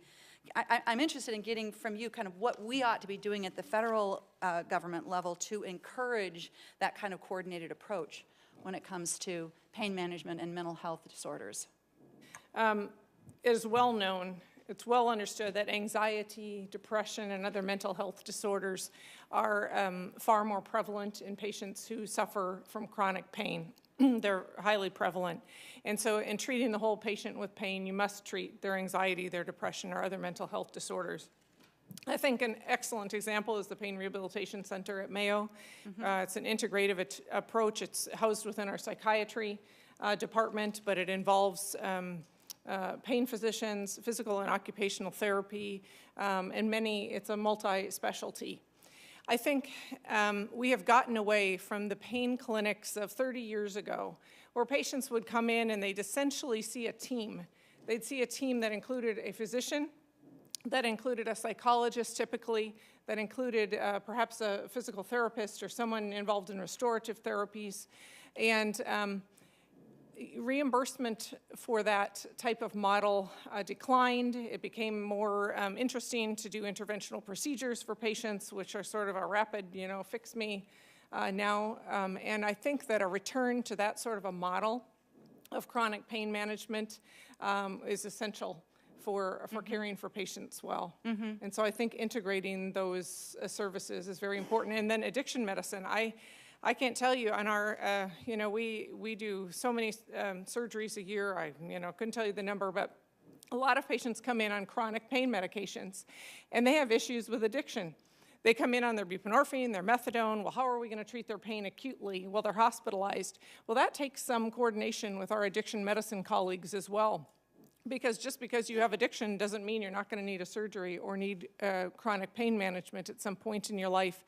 Our palliative medicine clinic is full of patients who have developed cancer or some other chronic or terminal disease even, but they also suffer from substance use disorder. And so we've had to coordinate care for those patients so that they can have appropriate management for their pain, but also for their substance use disorder or mental health issues. So if we think about what we can do at the federal level to encourage that kind of approach, I guess this gets somewhat to the line of questions that Senator Hassan was asking about how our reimbursements don't support a comprehensive approach. Is that fair to say? The way we do and the way reimbursements happen don't support a comprehensive approach. Would you say that's true? I think that is true. It's very hard. We for one thing, have a paucity of addiction medicine physicians and providers throughout the United States. But even at the Mayo Clinic, we don't have addiction medicine services in our hospital. Patients have to see those providers as an outpatient. Reimbursement is poor for that. And at a point where they could be touched and significantly altered in their course, they are not able to have that type of contact. That leads to so much fragmentation then also in their care, which is bad. Bad recovery. Even talking about buprenorphine coverage, for instance, there's so much talk about pharmacists providing buprenorphine, mid-level NPs, PAs providing buprenorphine, but you can't just give a patient buprenorphine. Buprenorphine can also be a drug of abuse. You have to give a patient the other addiction management services that they require to be successful. Thank you very much. I know I'm out of time, but I appreciate that very much. Thank you. Thank you, Senator Smith. Senator Romney. Thank you, Mr. Chairman and Ranking Member. I appreciate very much the comments of the panelists, particularly Ms. Steinberg, who has made a real sacrifice in being here. Appreciate your coming here despite that pain.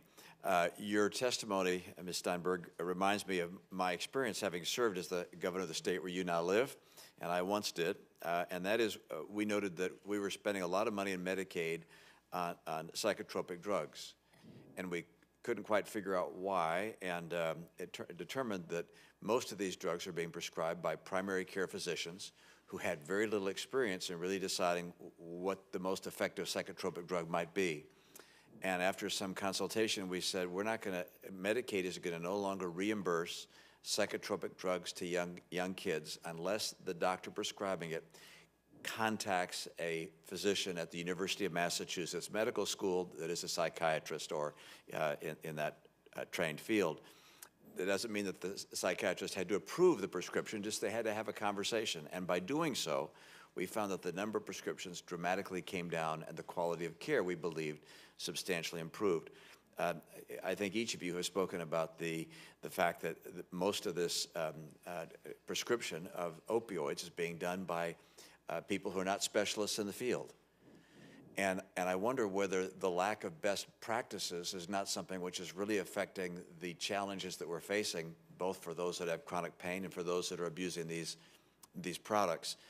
Should we have some mechanism that one gathers data from all over the country, from everybody who's using these drugs to see what the effect is, but number two, a place where physicians go to get a consult, if you will, before they prescribe for someone that has chronic pain, prescribe medication for someone with chronic pain. Do we not need something of that nature, and how would something like that be structured at a state or national level? And I'm happy to turn to any one of you that would like to comment on that. You know, the program that I mentioned is one attempt to do that. We're doing that in a small model where PCPs can call for consultation. I think that's a great idea. One thing that's not a good idea, I think, that was tried, I think it was in Washington State, said that nobody could get an opioid prescription without having seen a specialist. And it turned out there's like a handful of specialists in the state. And so people with pain who really did need their prescriptions could not get their medication. They had to go out of state to get their medication. It was a disaster. So I really encourage us to think through the way we implement that. Clearly, education is the other side of what you're talking about. And there is an absolute dearth of pain education. We're not training people on what we now know. Well, so medical schools just absolutely are ignoring this. The challenge with that is that if you take more time on one subject, that means less time on another subject. And so consult may be a way we need to go. I'm going to ask with regards to Blue Cross Blue Shield, are you able to get expertise to the people who are making these prescriptions? So to answer your question, I'll say one thing is that oftentimes it needs to be the primary care physician who's managing the pain. Because, for example, in North Carolina with a lot of rural areas, access to a primary care physician can be challenging, and access to a pain management doctor can be even more challenging. So we have really we actually just started working with a new company, Quartet, who's bringing behavioral health and mental health into primary care areas to empower primary care physicians. There's also something that you might have heard before, Project Echo, which is a platform that several Blue Cross plans are already using, which, if anything, is sort of a grand rounds, if you will, where primary care physicians or any type of physician can call in and seek expertise from people who are addiction specialists or pain management doctors, and it's meant not only for a consultative purpose but also an educational purpose, so that way the physician learns in the future how to manage a patient that way. Thank you. Please, please. On that, Senator Romney. Yes. We have, on a small scale at Mayo, begun using, we need to leverage telemedicine and electronic medical records, which are now more and more beginning to speak to each other. Finally, at Mayo, we have an electronic health record that speaks to, so we can talk anywhere in the country about our patients and look them up. We have developed a controlled substance advisory group where specialists such as myself sit and hear the cases that are brought by primary care physicians, that they bring forth, patients with difficult pain management problems, patients with substance use disorder problems, et cetera. And we have specialists from all those realms who sit at the table, provide advice, and then we enter a note in the patient's medical record stating what the decision of the panel is. And I think I have visions of expanding that. Because I think it would be incredibly helpful to primary care providers. Obviously, there are HIPAA, restrictions and things like that across various states, but I think it'd be a great. Thank you. My time is up, but I do want Dr. Koop to instruct us as to the path forward on cannabis research, but we'll save that for another day. Thank you, Senator Romney. And of course, if any of you have additional comments that you'd like to make to senators, you could submit those in writing after you leave. Senator Rosen. Thank you, Senator Alexander, Senator Murray, and I really appreciate the panelists here. I hope that my acute pain from wrist surgery does not turn into chronic pain, but that's another issue. But what I want to say is, before coming to Congress, I stepped back from my career for several years, was a caregiver to my parents and my in-laws. During this time, I became very familiar with the field of medicine, known as palliative care, and the relief from pain symptoms, of course, and the stress that the specialized care can provide. Palliative care focuses on improving quality of life for those with often life-limiting illnesses, including those in significant pain or having terminal illness, often in that gap between end of cure and end of life, like my mother. Last Congress, I launched a bipartisan palliative care task force in the House to bring attention to this type of care. I'm hoping to do that here. So I have a couple of questions for you, Dr. Gazelka. In your experience, is it common for patients diagnosed with chronic pain or possibly terminal diagnosis to have those conversations with their doctors about palliative care as a treatment option? And how can we ensure, specifically with primary care physicians, that they understand the needs of terminal or long chronic pain patients? How do we do that, possibly maybe requiring ongoing CME for primary care physicians in this area? I think that's a vitally important topic and not common enough. I think patients make choices that they don't want to make to come in and have treatment for things that they would not necessarily choose to have treated. 100-year-olds ending up in the ICU with pneumonia or with a hip fracture because no one had a conversation with them that it's okay to be comfortable and to even do this at home, perhaps, on hospice, to be taken care of, or in another nursing facility. And so I think empowering patients to have those conversations with their physicians is vitally important, and training physicians and other providers to have those conversations is really key. Do you think that we could possibly provide that by improving the way we use continuing medical education, maybe requiring this pain management, chronic pain management as an ongoing CME requirement, especially for primary care physicians? Do you think this is something that we could help?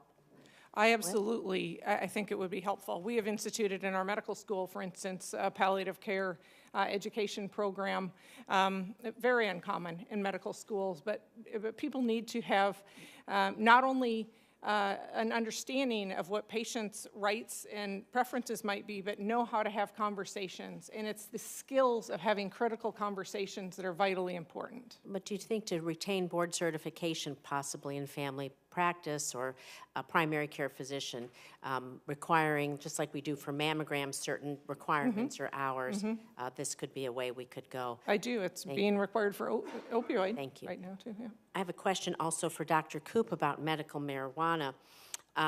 In Nevada, we've ranked 13th in the nation in prescribing opioid painkillers. Our former governor took action by forming a new state agency, the Opioid State Action Accountability Agency. We do have legalized medical marijuana in Nevada. We have found that using that has reduced the prescriptions for high-potency painkillers. And so, in your experience, what do you think are the barriers into effective research for the benefits of cannabis treatments, and how can this possibly be can this possibly be a non-addictive approach or alternative to chronic pain, just another tool in the toolbox? I first of all think it has great potential to be another tool in the toolbox. I don't think there's ever going to be a one-size-fits-all magic bullet, because pain is different in different people. In terms of how to move the research forward in medical marijuana, one of the issues has been, because of the unusual legal status, shall we say, in the United States, research has been limited. There's no consistency between the different types of marijuana, the studies done. So what we need is good, they're going on, some are coming, but we need more. We need good, consistent, well-designed clinical studies with good, consistent material so that we can fully assess the impact. Don't get me wrong, also the potential drawbacks. Right, like everything else. Right. Thank you so much. Thank you, Senator Rosen. Senator Murkowski. Thank you, Mr. Chairman and Ranking Member. Thank you for this conversation this morning. So important. And I really appreciated the back and forth there with Senator Romney. Clearly coming from a very, very rural state, when you're dealing with how you respond to patients' pain issues, and you don't have access to perhaps those alternate pain management technologies, the different therapies that are available, the quick and easiest and cheapest, to Senator Cassidy's point, is the prescription drug.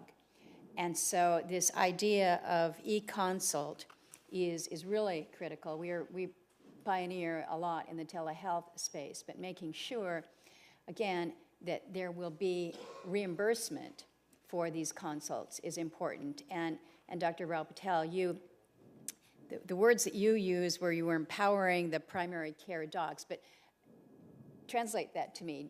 Do you cover these consults then? Yes, we do. We do cover telehealth. Okay. And in fact, like I mentioned, one of the things that we're doing and telehealth specific to these types of pain management consults. Correct, and a lot of behavioral health telehealth as well, as as it's used to treat opioid use disorder as well. Good.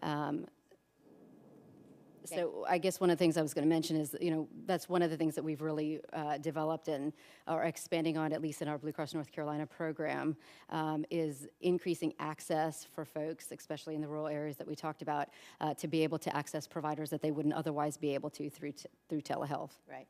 Let me just, I'm going to ask one question for all of you here, so you can probably jump in on this, Ms. Steinberg.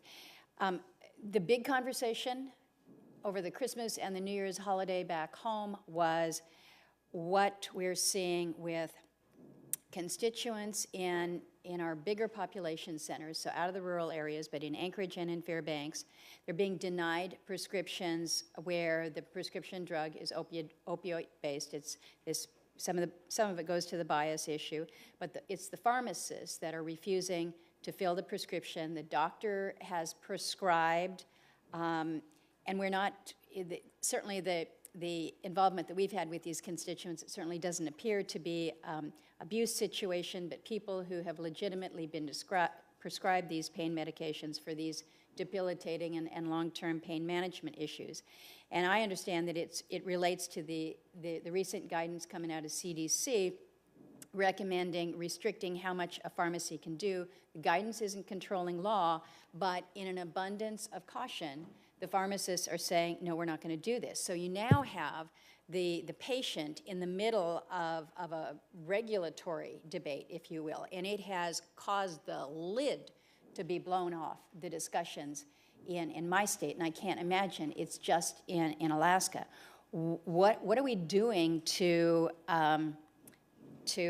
address this tension now, this conflict between prescriber and the pharmacist, and then ultimately we want to be helping the patient, but we've got a struggle going on, and I don't know who is addressing that. Can any one of you speak to that? There is a terrible climate of fear out there among all practitioners right now.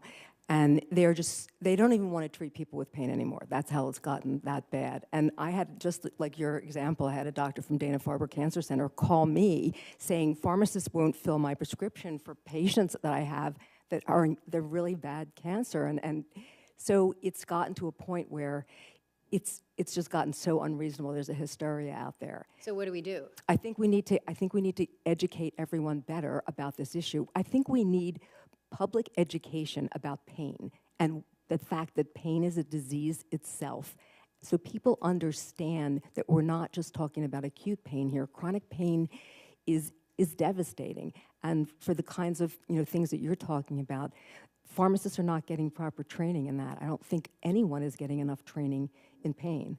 So it's pharmacists who aren't getting the training, but you've also said that the physicians don't get enough. Correct. Dr. Koop? I was just going to say that folks do view guidances as being like gospel. Mm-hmm. So I think those guidances on the quotas, I think they've been taken too far, and that needs to be rolled back. It's one thing that can be done. Yes, all healthcare professionals could certainly benefit from more education in this area. The other thing I wanted to add to this whole discussion of specialists and consult and telehealth is that we don't have enough pain management specialists. And I know Senator Hassan has left here, but she brought that issue up. There's so few doctors specialize in pain management that it takes people more than a year in my pain group to get an appointment with a pain specialist. There's a dearth of them, and I don't know, in your state, I can just imagine how few there are. So we're talking about consults and telehealth. They're not even the specialists to handle the telehealth. We need to incentivize pain management as a specialty. There is a board certification in it, and there's a dearth of physicians. I just wanted to comment on the unintended consequences of some of the use of the CDC guidelines. There's only number 6 in the CDC guidelines. It's a very small section talking about acute pain management, that 3 days, at the most 7 days, should be considered for acute pain management. It's been made into law in many states, and many insurers have used this. It's not a problem of pharmacies at the Mayo Clinic, it's a problem of our insurance companies. We literally are keeping patients in the hospital longer because we cannot get their prescription for discharge pre-authorized so that they can go home to North Dakota or they can go home to Montana. They are staying in the hospital because the physician will give out a prescription for 2 weeks of opioid, which is what we have decided on our, if that's a certain procedure that we've decided that on our guidelines. This has to go to their insurance company. Our pharmacy has to submit it. Patient can't get a prescription for that length, so they stay in the hospital while we work that out. There's been some significant unintended consequences in multiple of the pharmacies as well. Larger pharmaceutical companies, and I've spoken with some of them on the phone, have arbitrarily set 7-day limits on what they will allow patients to have, and they cancel the rest of the prescription from the physician. This means more trips back to the doctor for the patient who may have just had surgery. This means another copay for the patient who has already paid one copay for their opioid when they need a refill. So it can be a really significant issue. I respect that. And the task force has looked at the CDC guidelines and have some really great recommendations on how they need to be revised. Picking a dosage level is an arbitrary decision. It was not scientific based, and it's now become law, and it's caused all kinds of problems. Can I just add one thing to that? I'll just say that I think a lot of the issue with the CDC guidelines are just that. I think it's a lack of education on a part of the physician, as well as the pharmacist, in understanding that they are just that, guidelines, that they are going to be patients who will potentially look like outliers and go higher than what CDC recommendations are, and that might be entirely appropriate for that patient population. So I just wanted to mention that as well. Thank you. Mr. Chairman, I know we're well over, but we've apparently revealed something here.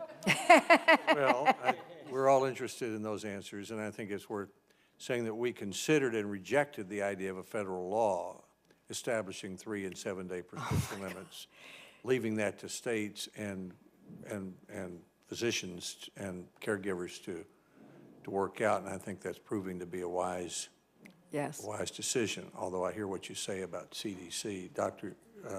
Not doctor, but Senator Jones from... Dr. Senator would be fine. That's all right. Senator Jones we have a doctorate from law school. That's right.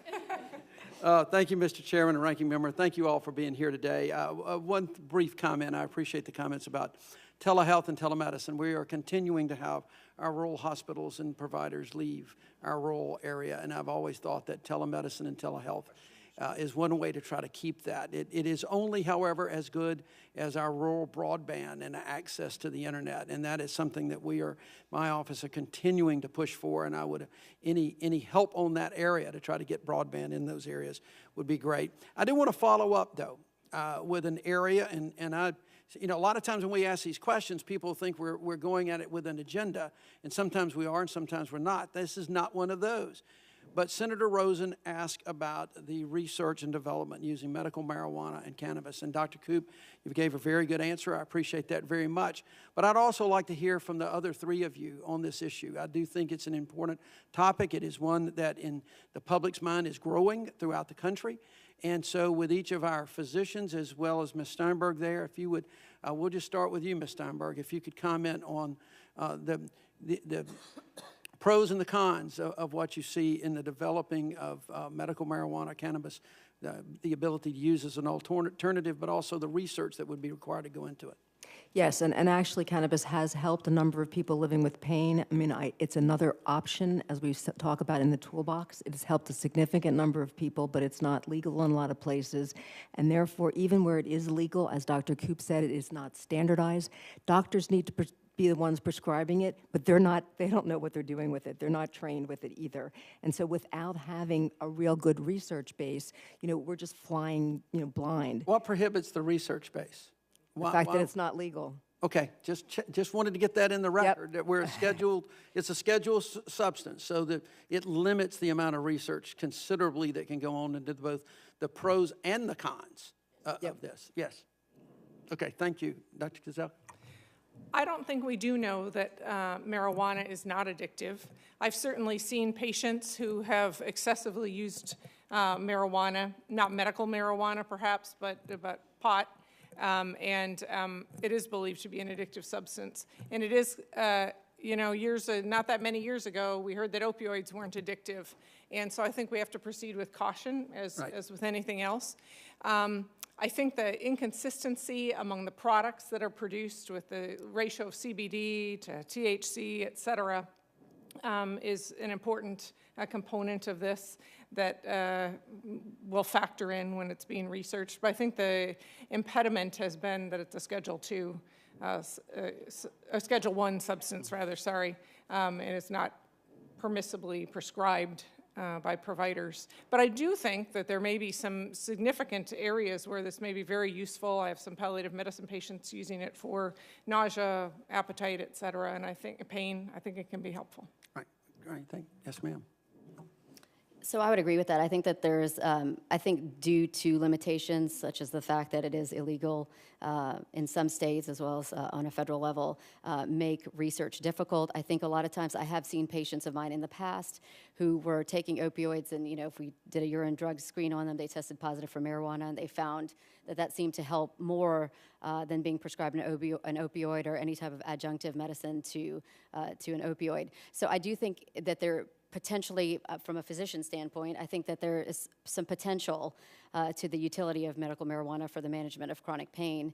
I'll say, putting on my other hat as an insurer hat, that we obviously only cover procedures and drugs that are FDA approved. So we would obviously need some clinical evidence and support to be able to cover those kinds of medications. Have any of you got any suggestions other than short of removing it off of Schedule I, which I guess you could do and put some other weird restrictions, I guess. What can we do is there anything other than that we can do to open up the ability to research the pros and the cons of medical use of cannabis? Or is that the impediment that we've got to try to figure out how to deal with? Dr. Koop, you?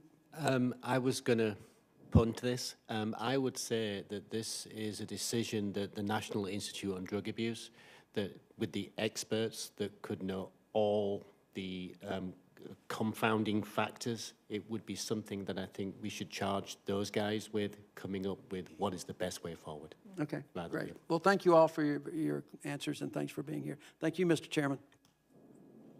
Thank you, Senator Jones. Senator Murray, do you have additional comments? I just would like to thank all of our panelists for being here today. This has been, I think, really an interesting and eye-opening and important hearing, and I want to thank all of you for your help today.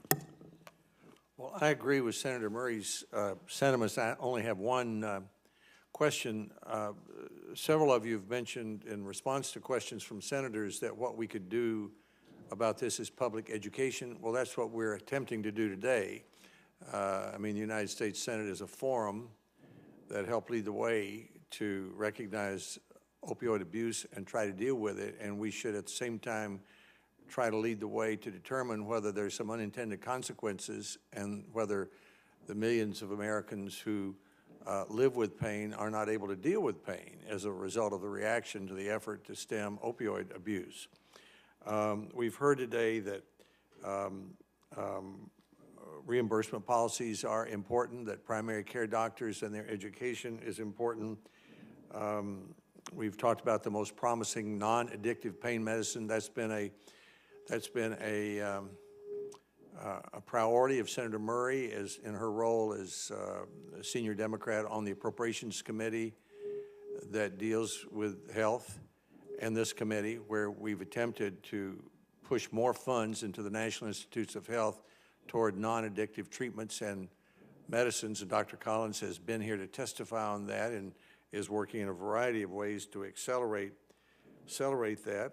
We've talked today about pharmacists and what their role might be as we go along.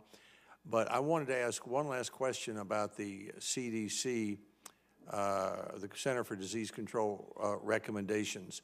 They're not law. They're not rules that anyone has to follow. But the CDC is enormously respected in states and in the medical profession. And in this environment, sounds to me like, Ms. Steinberg, that your experience of using a low dose of hydrocodone and one other over-the-counter medicine for 10 years to relieve pain wouldn't fit with the CDC guidelines for your doctors. So what recommendations, my final question would be, and you can elaborate if you'd like to after you leave, and you could submit it in writing, but each of you, what would be your recommendations about the existing guidelines of the Center for Disease Control,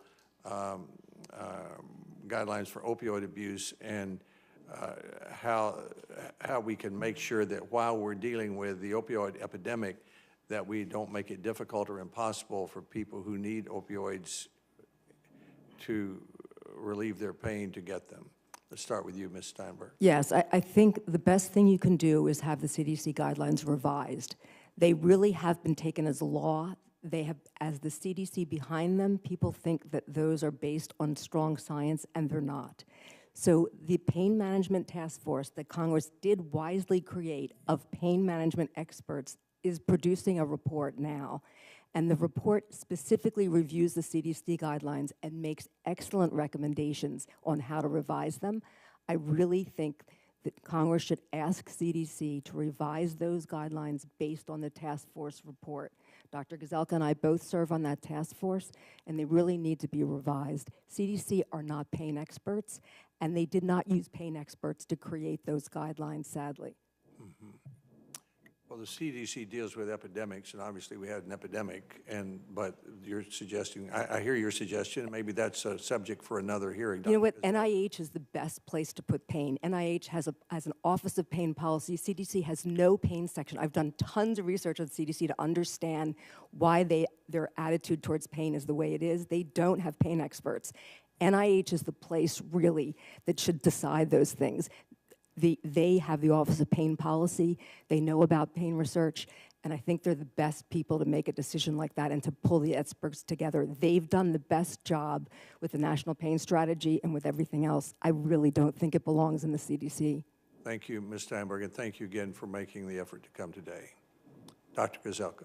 I think the best thing that could happen with the CDC guidelines is that people understand what they were intended for. They were intended to advise primary care providers. They were not intended to provide hard and fast rules.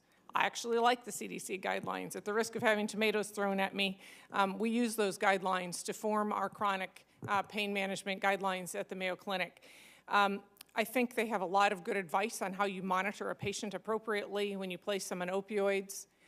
The doses that are mentioned probably are not scientifically based as we would prefer that they would be. But they do not say don't use chronic opioids. They suggest doses where you might kind of yellow light, red light, become concerned with the use. And so those numbers are concerning somewhat. But I think that the basis of the guidelines was sound as far as the intention of them. Mm-hmm. Where the numbers came from is probably more questionable. Do you see those guidelines as inconsistent with, say, a decision by a Mayo team that for a knee surgery, 16 days of opioids would be appropriate? Yeah, I think that there's very little mention, as I said, of acute pain management. They were not really intended to address acute pain management as much as chronic pain management. They do suggest that you limit to 3 days or 7 days unless there's a compelling reason to do otherwise. And I think that leaves some room for physician. I think that leaves some room for, for physician. But that's per prescription, right? That's correct. It's not forever. For acute prescribing, that's right, for a one-time incident or surgery, yeah. Not for chronic pain. The guidelines within are different.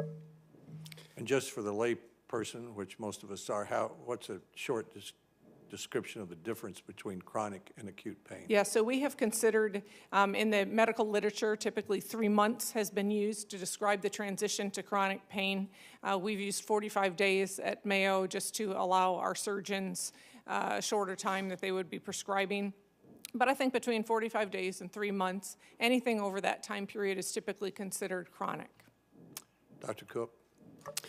There's not much I can add that hasn't already been added by my learned colleagues, except that it's the law of unintended consequences, and people take these guidelines as law. So we need to reassess them, and we need to remind everyone that they are indeed education and a place to start. That's what we should need to do. Thank you. Dr. Rao Patel? Yes, so I'll just add this comment and say I agree with everything my colleagues have said here. But what I'll say is that the reason that the CDC made these guidelines is part of the reason that we have an opioid epidemic now is because there was a lack of education and knowledge on how to prescribe these medications. So I won't pick on any other specialty but my own. I know they're geared towards primary care physicians, but they can be used for any specialty. And as a physiatrist, I'll say that physiatrists used to write a lot of opioids. We write a lot of opioids. A lot of us are interventional pain management doctors. A lot of us do chronic pain management, which is what I did. So I think that the goal of what the CDC was doing is correct, which is that there were not a lot of guidelines on how to prescribe these medicines. So people would go in to their physicians on Monday morning after having a flare-up of their back because they painted their home, and they would come home with a 30-day prescription of opioids, which is not necessary. So I think the intentions were correct. I think like any other guidelines, they're guidelines. There are going to be people who fall outside of those guidelines, and it's entirely appropriate to prescribe outside of them. I think that's where the universal precautions comes in managing chronic pain and making sure that you're assessing a patient's function, a patient's how they're responding to the pain. Are there any other risk-benefit ratio? Do they have informed consent, et cetera? And I think like any guidelines, they're open for revision. Just because something was written 1 month ago, 3 months ago, 6 months ago, doesn't mean that 6 months from now the guidelines have not changed. So what I would say is that that they are a revolving door of guidelines. I think there's certainly room to improve them, to change them, but I do understand the reason that they were written, and a lot of that is the reason that we're here today. Thank you very much. This has been a follow-up to what was the President described as the most important federal law to try to fight a public health epidemic. That was the opioids epidemic, but as I mentioned earlier, this committee, which has, as you can see from the personalities on the committee, has broadly divergent views, generally left to states, physicians, and agencies who write guidelines these decisions about limits on prescriptions rather than try to write an inflexible federal law that applied everywhere. So there's plenty of room for discussion and adjustment if adjustments need to be made. We welcome any follow-up comments you would like to make. You can tell by the interest from the senators today that we're very interested in the topic. The hearing record will remain open for 10 days. Members may submit additional information during that time if they would like. Thank you for being here. The committee will stand adjourned.